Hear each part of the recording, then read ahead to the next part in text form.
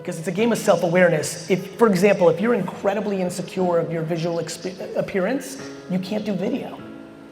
It's a mental block, right? So now you might have to do audio, which all of a sudden becomes, should you do Twitter and do audio posts and post there, right?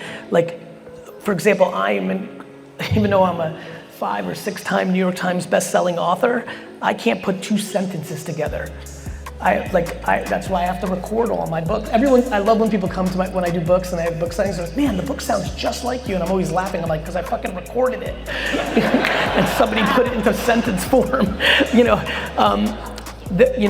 So for me, I'm not going to go to LinkedIn and write 4 paragraphs over, while I have a cigar or a glass of wine or on the treadmill, like we're walking, But for me, as many of you know, video comes very natural. So I think first, you have to know yourself of what format allows you to communicate. For a lot of people here, being an independent, a little scary.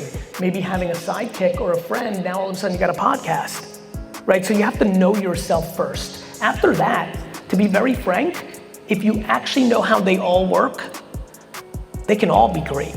You can dominate on Twitter. You can dominate maybe you're a great host or hostess. All of a sudden, maybe it's a Facebook group that you should be building, right? So there's a lot of ways to win. Now, there are always moments of time where there's so much attention on a platform that if you post, you get more organic reach without paying. Everybody always gets mad at the algorithms. That's just supply and demand. You weren't there early enough. Instagram fucked me, it's free.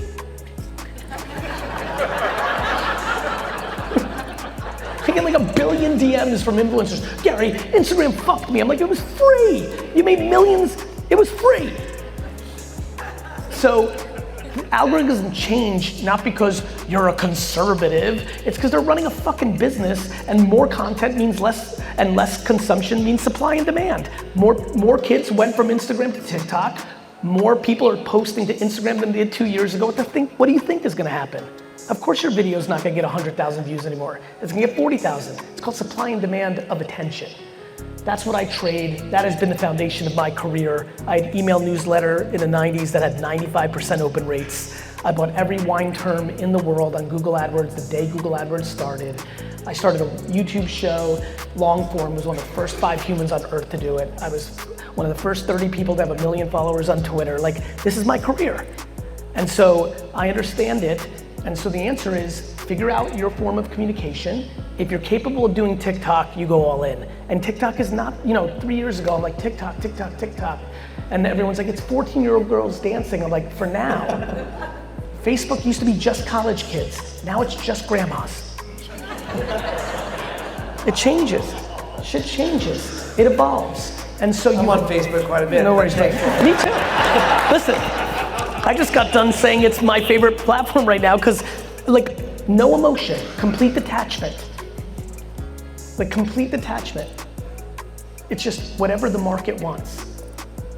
And so many people make judgments subjectively in their mind about things, and it's a mistake. If you're here, you're doing shit. Let there be no confusion. If you're here, you're doing shit, right? Especially for somebody, if you're 24 hours into feeling like, oh, Carl's really crushing it or Susan's doing it. If you feel any level of that, you're completely confused, because if you're here, you're doing it, right? The question is, how big is doing it? And what do you actually want?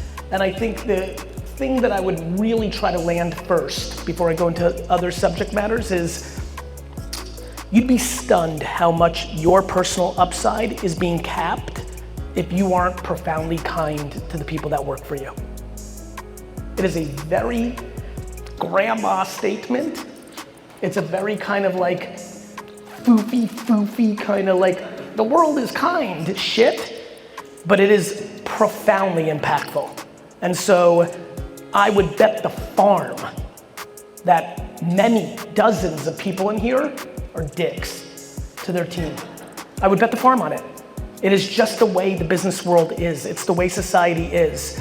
And I beg for the people in here as I'm going on this subject matter, if it gives you any thoughts or feelings, if you want it for you, I promise you, that what's happening underneath you and how you're setting the tone and what you're doing is a huge impact on your zeros. This is not about entitlement and letting people get lazy and like silly non-results things. This is about building empires. This is about building big empires, but you would be stunned, I believe. And the reason this is an important subject matter is I'm sure at this point, plenty of people have heard about the Great Resignation, right? Because of COVID. The thing that I'm way more worried about as all of you go on your journey to build the things that you want to build is the great never applying in the first place. The amount of options 17, 19, 22-year-olds have going into the world, and they're aware of it, of how easy, that will be the word I use, it is to make $60,000 a year flipping on eBay, making content on TikTok, dabbling in NFT land. There are so many more options than what we grew up with if you're over 35 here, that it's profound and people are missing what's actually happening.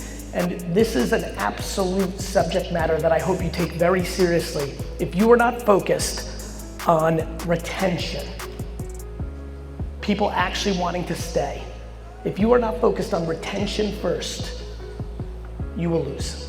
And when I say lose, you'll still win, but you'll lose upside that you can't even see. So it's incredibly important, since we have time together on this day, that we nail this subject matter, which is first and foremost, the number one thing as you think about how you're spending your money to make more money, AKA marketing, you have to take your personal opinions off the table. The number one reason so many people struggle is because they say dumb shit like, well, I don't like TikTok. Who gives a fuck, Carl? Do you like money? This is the profoundly most fundamentally silly thing that I hear every day of my life. Gary, I don't get YouTube, but trillions of people do. I don't like it. You probably don't like a lot of things you do every day. If you're here, you know my favorite thing about a group here is that you eat a lot of shit every day to make it happen. There's plenty of things you don't like. This is not about what you like or what your opinion is of a platform, or you don't like technology. I mean, some people try to go so lofty with me. Gary, I'm not doing it because it's bad for the kids, right? Like, or they go political. It's like looking for any excuse not to put in the work to something they don't understand yet. And so for me, when I look at the landscape of what's happening in the world, the speed in which attention is shifting is profound. So what drives you? A level of gratitude and guilt that I have such a natural talent to communicate and execute that I can have a profound impact, and I feel a sense of obligation to kind of leave it on the field. To not waste it. Yeah, it's kind of a curiosity of like, how good can I do it? You know? Like, it's like, again, for the people that raise their hands and for the people that don't know me well, like my big thesis is you have to cut out the noise, all of it. Especially the positive noise. When everybody tells you you're great and you're awesome, you become addicted to that. Now you're completely vulnerable to the negativity. The reason I'm so out there on social is because it's hard to be so out there on social. Most people can't deal with the heat. They don't like when somebody says they're ugly, or stupid, or full of shit, or a scam artist, or they suck, or they're overrated. People don't like that.